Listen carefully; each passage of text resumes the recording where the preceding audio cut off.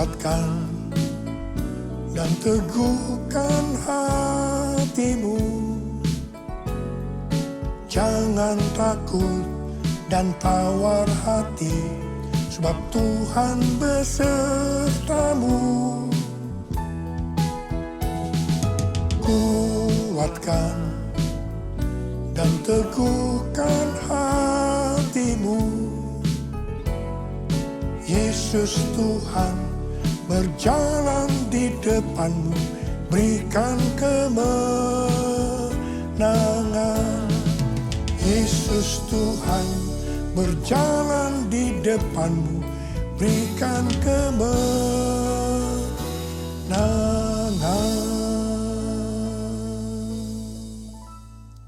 Memasuki tahun 2025 ini, pesan Tuhan kepada kita dalam Mazmur 27 ayat 14 yang berkata, nantikanlah Tuhan, kuatkanlah dan teguhkanlah hatimu. Nantikanlah Tuhan. Orang yang menantikan Tuhan adalah orang yang mengandalkan Tuhan. Orang yang berharap kepada Tuhan. Yeremia 17 ayat 5 dan 6 berkata, beginilah firman Tuhan, terkutuklah orang yang mengandalkan manusia, yang bersandar pada kekuatan manusia fana, dan yang hatinya menjauh dari Tuhan. Ia akan seperti semak gundul di padang belantara.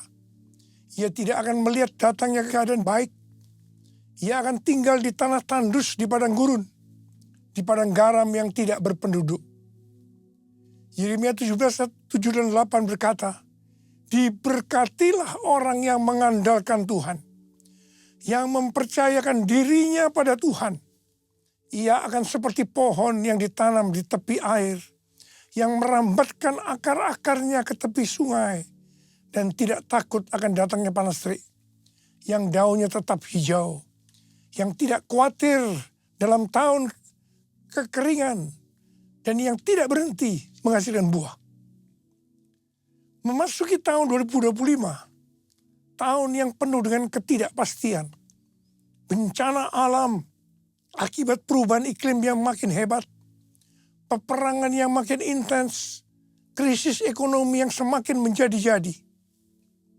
Lebih dari itu, kita diingatkan bahwa kita sudah berada di akhir dari akhir zaman. Sesuai dengan 2 Timotius 3 ayat 1-9 dikatakan bahwa pada hari-hari terakhir akan datang masa yang sukar. Manusia akan mencintai dirinya sendiri dan menjadi hamba uang. Mereka akan membual dan menyombongkan diri. Mereka menjadi pemfitnah. Mereka akan berontak terhadap orang tua dan tidak tahu berterima kasih. Tidak peduli agama. Tidak tahu mengasihi. Tidak mau berdamai. Suka menjelekkan orang. Tidak dapat mengekang diri. Garang. Tidak suka yang baik. Suka berkhianat. Tidak berpikir panjang. Berlagak tahu. Lebih menuruti hawa nafsu daripada menuruti Allah. Secara lahiriah mereka menjalankan ibadah mereka. Tetapi pada hakikatnya mereka memungkiri kekuatannya. Walaupun selalu ingin diajar, namun tidak pernah dapat mengenal kebenaran. Akal mereka bobrok dan iman mereka tidak tahan uji. Jadi, memasuki tahun 2025, kita menghadapi kondisi yang seperti itu. Karena itu, seperti yang Tuhan pesankan kepada kita, nantikanlah Tuhan, kuatkanlah dan teguhkanlah hatimu. Nantikanlah Tuhan. Dalam menantikan pertolongan Tuhan, kita menguatkan dan meneguhkan hati kita. Dalam menantikan pertolongan Tuhan, kita akan melakukan seperti yang terdapat dalam Mazmur 123 ayat 2 yang berkata, lihat, seperti mata para hamba laki-laki memandang kepada tangan tuannya. Seperti mata hamba perempuan memandang kepada tangan nyonyanya.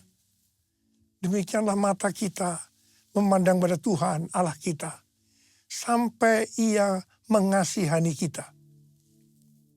Mata kita tertuju kepada Dia.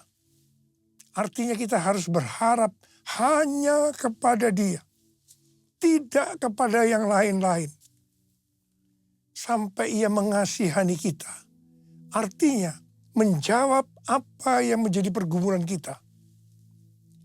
Mazmur 130 ayat 5 dan 6 berkata, "Aku menanti-nantikan Tuhan. Jiwaku menanti-nanti dan aku mengharapkan firman-Nya." Jiwaku mengharapkan Tuhan lebih daripada pengawal mengharapkan pagi. Saya pernah mengalami apa yang disebutkan pengawal mengharapkan pagi. Pada waktu saya di SMP dulu, saya tergabung di kegiatan pramuka, singkatan dari Praja Muda Karana, yang artinya rakyat muda yang suka berkarya. Salah satu kegiatan pramuka adalah berkemah. Dalam berkemah ada permainan di mana kita akan diserang oleh kelompok lain pada malam hari. Kalau ada barang kita diambil oleh mereka, kita dinyatakan kalah. Jadi kita harus waspada menjaga barang-barang kita supaya kita tidak kalah. Untuk itu kita tidur bergantian. Jadi ada yang tidur dan harus ada juga yang tetap berjaga. Saya merasakan pada waktu giliran jaga, itu sangat lama rasanya. Kepinginnya cepat-cepat pagi. Mengharapkan pertolongan Tuhan rasanya lebih lama daripada pengawal mengharapkan pagi. Mungkin hal yang seperti ini sedang kita alami sekarang ini. Tetapi marilah kita terus melakukan seperti yang tertulis dalam Mazmur 130 ayat 7 dan 8. Bahwa kita harus tetap berharap pada Tuhan. Sebab pada Tuhan ada kasih setia. Dan banyak sekali pembebasan dilakukannya. Dia akan membebaskan kita dari kesalahan kita. Allah yang bela, siapa lawan Dia? Lebih dari pemenang dalam segala hal. Ku pasti dapat, aku pasti dapat lakukan semua. Yesus yang beri kekuatan, oh terpujilah namanya. Yesus yang beri kekuatan, oh terpujilah namanya. Tema tahun 2025 adalah tahun penuaian, the year of harvest. Ayat emasnya adalah Ulangan 11 ayat 13 dan 14 dan Yohanes 4 ayat 35. Sehubungan dengan tahun penuaian, kita akan membahas tentang dua hal. Yang pertama, jenis tuaian. Yang kedua, hal-hal yang harus diperhatikan dalam tahun penuaian. Mengenai soal jenis tuaian, Alkitab menggambarkan ada beberapa jenis tuaian. Yang pertama, tuaian jiwa-jiwa. Sesuai dengan Matius 9 ayat 36 sampai dengan 38. Maka jiwa-jiwa yang dimaksud adalah orang banyak yang tidak bergembala, yaitu mereka yang belum kenal Sang Gembala Agung, yaitu Tuhan Yesus. Hari-hari ini Tuhan mengingatkan kita tentang tiga hal, yaitu yang pertama, perhatikan tahun 2033. Yang kedua, harvest now. Yang ketiga, Jesus for everyone. Tuhan sedang berbicara kepada gerejanya di seluruh dunia bahwa tahun 2033, pada tahun 2033, setiap orang, everyone, akan mendapatkan kesempatan untuk berjumpa secara otentik dengan Tuhan Yesus melalui kuasa dan hadirat Roh Kudus. Rick Warren mendapatkan bahwa goal untuk menyelesaikan amanat agung adalah tahun 2033. Ketika Tuhan Yesus ditanya oleh murid-muridnya tentang tanda kedatangannya kembali, salah satunya Tuhan Yesus menjawab dari Matius 24 ayat 14. Injil kerajaan ini akan diberitakan di seluruh dunia menjadi kesaksian bagi semua bangsa. Sesudah itu barulah tiba kesudahannya. Jadi kalau Injil kerajaan sudah diberitakan di seluruh dunia menjadi kesaksian bagi semua bangsa, atau amanat agung sudah selesai, maka sesudah itu Tuhan Yesus datang kembali. Kata sesudah itu artinya tidak ada seorang pun yang tahu. Bisa 1 bulan, 1 tahun, 5 tahun, tetapi yang jelas tidak akan lama. Sebab Tuhan Yesus berkata, "Aku datang segera." Saya tidak pernah berkata bahwa Tuhan Yesus pasti datang tahun 2033. Itu tidak alkitabiah. Tetapi yang saya katakan, Tuhan Yesus bisa datang tahun 2033. Itu alkitabiah. Karena Tuhan Yesus bisa datang sewaktu-waktu. Hari-hari ini penuaian jiwa yang terbesar dan terakhir sedang terjadi. Harvest now, Jesus for everyone. Tuhan Yesus berkata dalam Yohanes 4 ayat 35. Bukankah kamu mengatakan 4 bulan lagi tibalah musim menuai? Namun aku berkata kepadamu, lihatlah sekelilingmu dan pandanglah ladang-ladang yang sudah menguning dan matang untuk dituai. Memasuki tahun 2025, kita diingatkan kembali agar kita menyelesaikan amanat agung. Tugas utama kita sebagai orang percaya, sebagai seorang murid, tidak melihat apa profesi kita adalah menyelesaikan amanat agung. Hal ini sesuai dengan Matius 28 ayat 19 dan 20. Karena itu pergilah, jadikan semua bangsa muridku, dan baptislah mereka dalam nama Bapa dan Anak dan Roh Kudus. Dan ajarlah mereka melakukan segala sesuatu yang telah kuperintahkan kepadamu.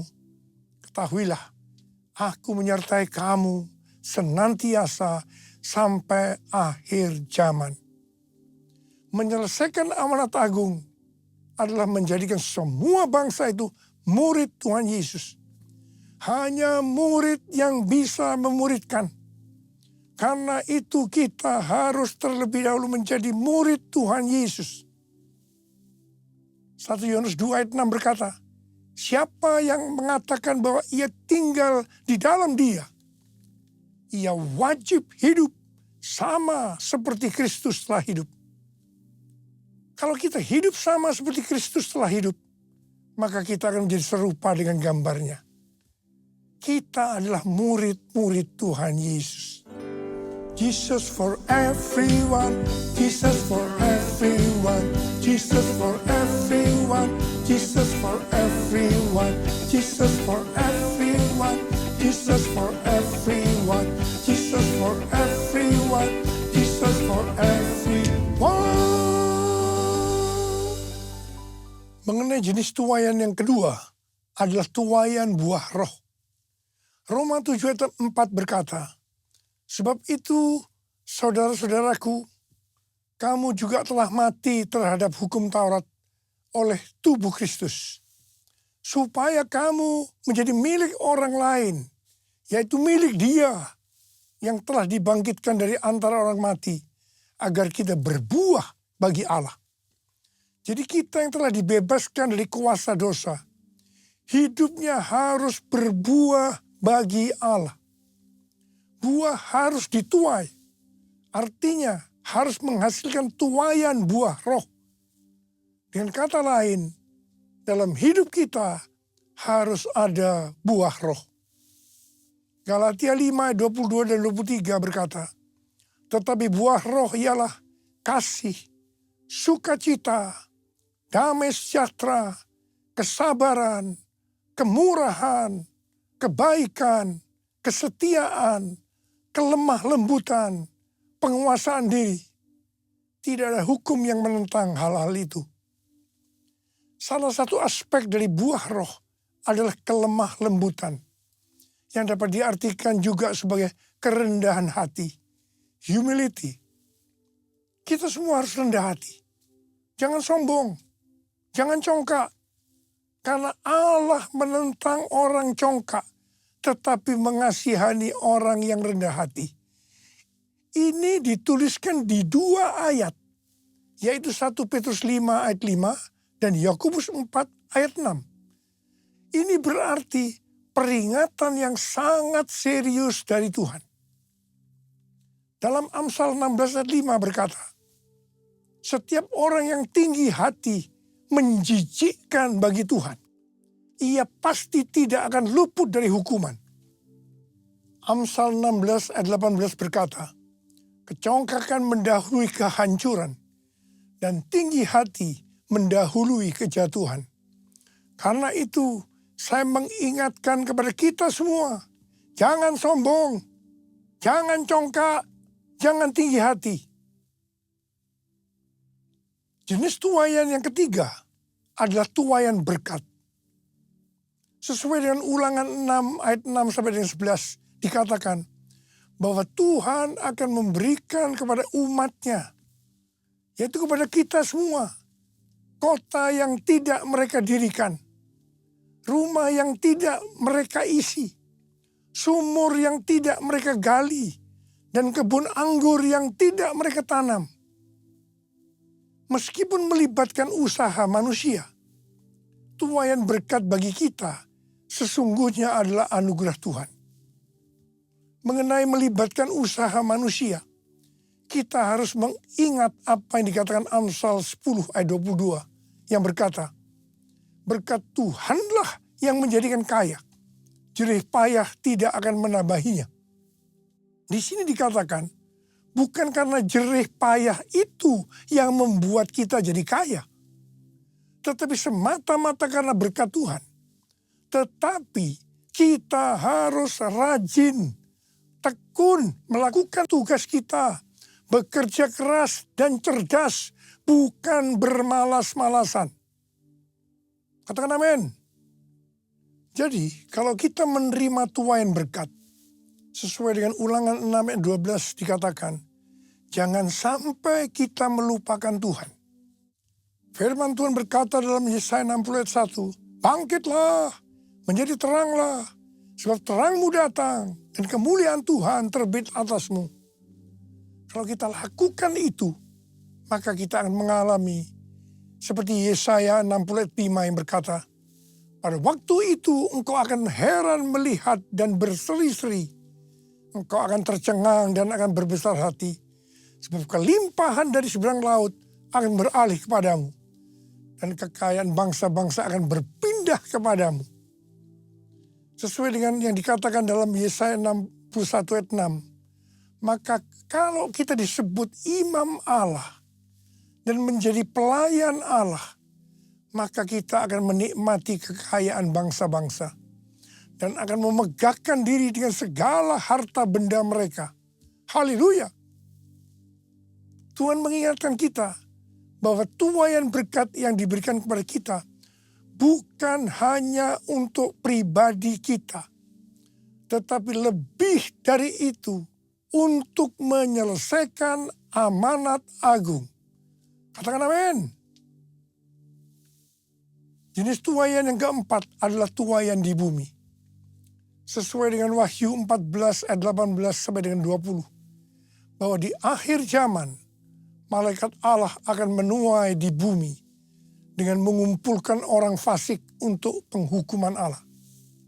Dalam ayat-ayat ini dikatakan, seorang malaikat yang lain lagi datang dari Mesbah. Ia berkuasa atas api dan ia berseru dengan suara nyaring kepada malaikat yang memegang sabit tajam itu, katanya, ayunkanlah sabitmu yang tajam itu dan potonglah buah-buah pokok anggur di bumi, karena buahnya sudah masak. Lalu malaikat itu mengayunkan sabitnya ke atas bumi dan memotong buah pokok anggur di bumi dan melemparkannya ke dalam gilingan besar, yaitu murka Allah. Buah-buah anggur itu digiling di luar kota dan dari gilingan itu mengalir darah.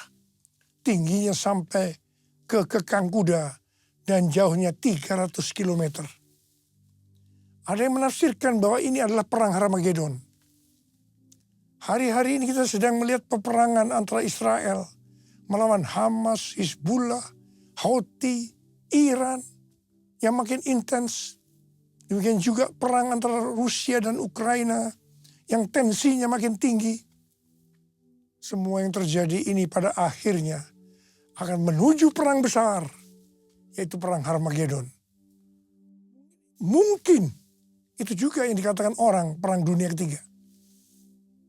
Penuaian jiwa akan berjalan paralel dengan goncangan-goncangan. Kuasanya dicurahkan, berkatnya dilimpahkan, penuaian besar sungguh terjadi. Segala bangsa akan datang menyembah Yesus Tuhan, kemuliaan Tuhan telah turun. Kemuliaan Tuhan telah turun. Kemuliaan Tuhan telah turun. Hal-hal yang harus diperhatikan dalam tahun penuaian. Yang pertama, akan terjadi pencurahan Roh Kudus yang dahsyat. Panen dapat dituai apabila ada hujan awal yang fungsinya adalah untuk menggemburkan tanah. Dan hujan akhir yang fungsinya untuk menyiapkan tuaian.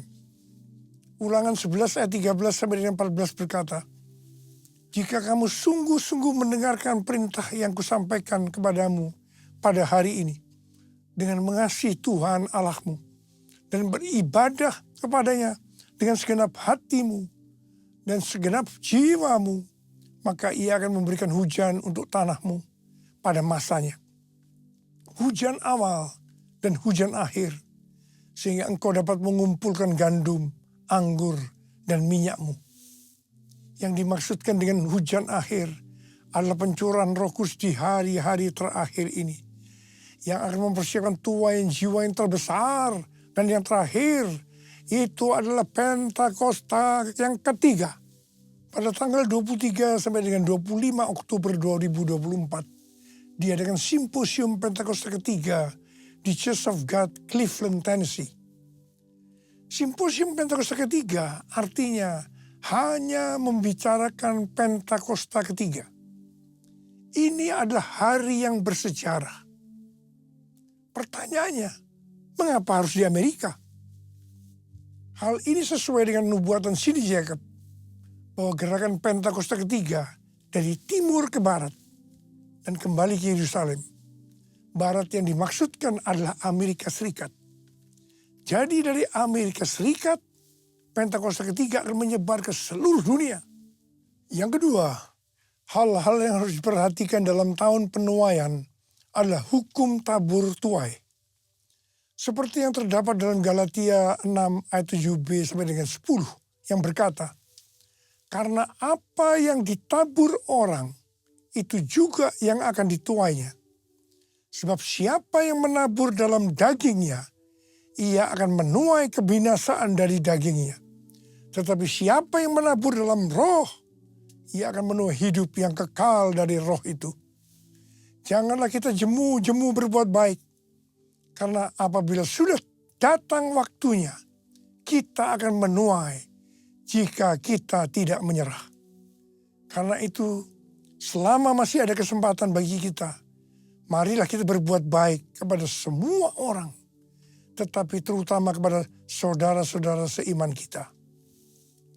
Memasuki tahun 2025, kita akan menuai apa yang ditabur tahun 2024. Saya berdoa supaya kita menuai yang baik, karena kita menabur yang baik. mengawali tahun 2025, saya ajak saudara untuk mengangkat tangan kita. Dan kita katakan bersama-sama, Hosana, Hosana di tempat yang tinggi. Hosana, Hosana di hati yang suci. Hosana, Hosana, Hosana di tempat yang tinggi. Hosana, Hosana di hati yang suci. Di hati yang suci. Mari berbahasa roh, sembah Dia.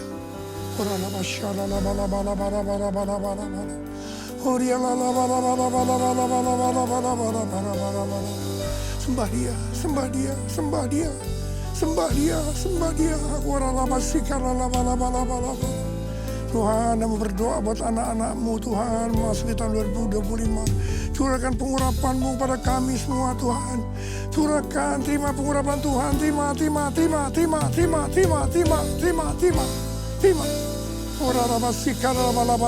kasih. Tuhan, kami berdoa, biarlah apa saja yang dikerjakan anak-anak-Mu tahun 2025, semuanya berhasil. Yang percaya terima dengan berkata, amin. Kita akan masuk dalam perjamuan kudus. Kita akan mengingat ayat ini. Sebab setiap kali kamu makan roti ini dan minum cawan ini, kamu memberitakan kematian Tuhan sampai Ia datang. Perjamuan kudus adalah perjamuan Tuhan Yesus sendiri. Setiap kali kita masuk dalam perjamuan kudus, Tuhan Yesus selalu berkata, biarlah ini menjadi peringatan akan daku. Karena itu mari, arahkan hati kita kepada kebaikan Tuhan. Kita akan mengingat kebaikan Tuhan. Mari tundukkan kepala. Bapa, siapakah kami sebelum kami mengenal Engkau? Kami semua orang berdosa. Upah dosa adalah maut, mati.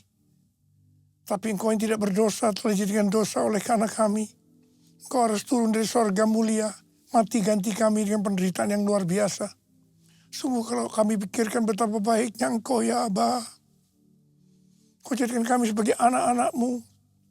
Engkau tuntun, Engkau bela, Engkau berkati, Engkau lindungi, Engkau tegur juga kalau kami salah. Engkau sembuhkan kami, terima kasih. Itu Engkau ya Aba. Itu Engkau ya Aba. Tuhan akan memberkati kita melalui perjamuan kudus. Tapi Tuhan mau kita makan dan minum dengan cara yang benar. Karena itu sekarang masing-masing introspeksi. Lihat keadaan dirimu masing-masing. Renungkan apa yang selama ini kita lakukan tahun 2024. Kita akan masuki tahun 2025. Segala hal yang tidak berkenan, yang mungkin belum diselesaikan dengan Tuhan, mari kita selesaikan saat ini. Minta ampun, minta ampun. Kalau ada hal-hal yang belum diselesaikan, minta ampun. Ampuni saya Tuhan. Ampuni, ampuni, ampuni ya Tuhan, ampuni. Bapak terima kasih. Bapak terima kasih. Engkau melihat anak-anak-Mu yang sedang menyelesaikan segala sesuatunya dengan Tuhan. Kami akan masuk dalam perjamuan kudus, Abah. Terima kasih. Kami akan masuk dalam perjamuan kudus dengan hati yang penuh ucapan syukur dalam nama Yesus. Amin.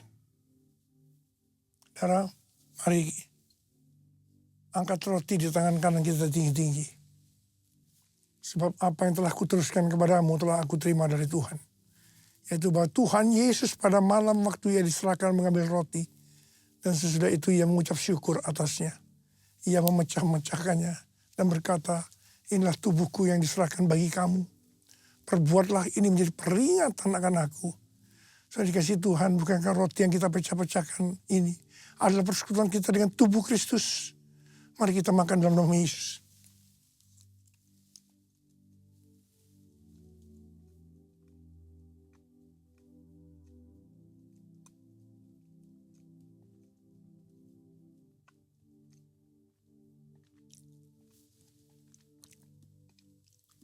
angkat cawan di tangan kanan kita tinggi-tinggi. Demikian juga ia mengambil cawan sesudah makan lalu berkata, cawan ini adalah perjanjian baru yang dimeteraikan oleh darahku. Perbuatlah ini setiap kali kamu meminumnya menjadi peringatan akan aku. Sudah dikasih Tuhan, bukan cawan pengucapan syukur. Yang atasnya kita ucapkan syukur adalah persekutuan kita dengan darah Yesus. Mari kita minum dalam nama Yesus.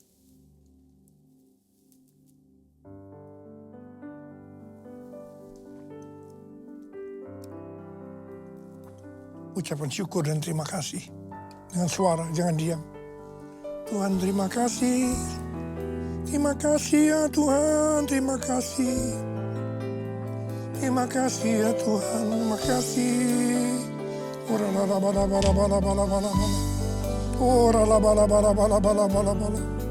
Tuhan, saat ini Tuhan kau melihat anak-anak-Mu, kau tolong mereka.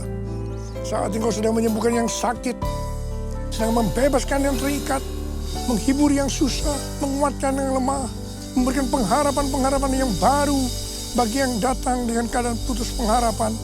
Tuhan, berkati anak-anak-Mu, kasihani mereka Tuhan, kasihani mereka.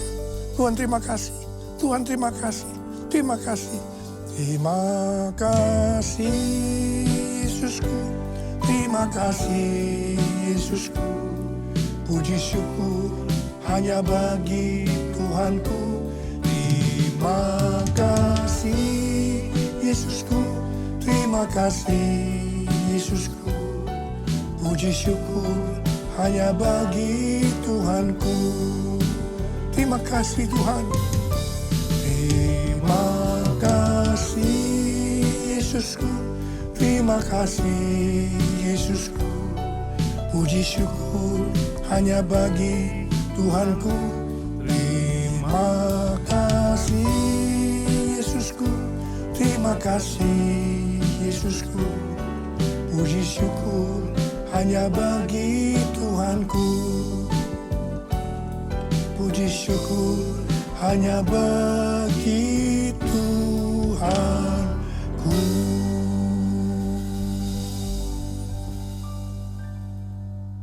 Sekarang terimalah berkat Tuhan. Kasih karunia berlimpah-limpah daripada Allah Bapa dalam Anak yang tunggal Yesus Kristus. Persekutuan yang manis dengan Roh Kudus menyertai kita semua mulai hari ini. Sampai Tuhan datang menjemput kita di awan-awan dan bahkan sampai selama-lamanya. Yang percaya bersama-sama katakan, amin. Selamat tahun baru 2025, tahun penuaian, the year of harvest. Tuhan Yesus memberkati kita semua berlimpah, limpah, limpah. Amin.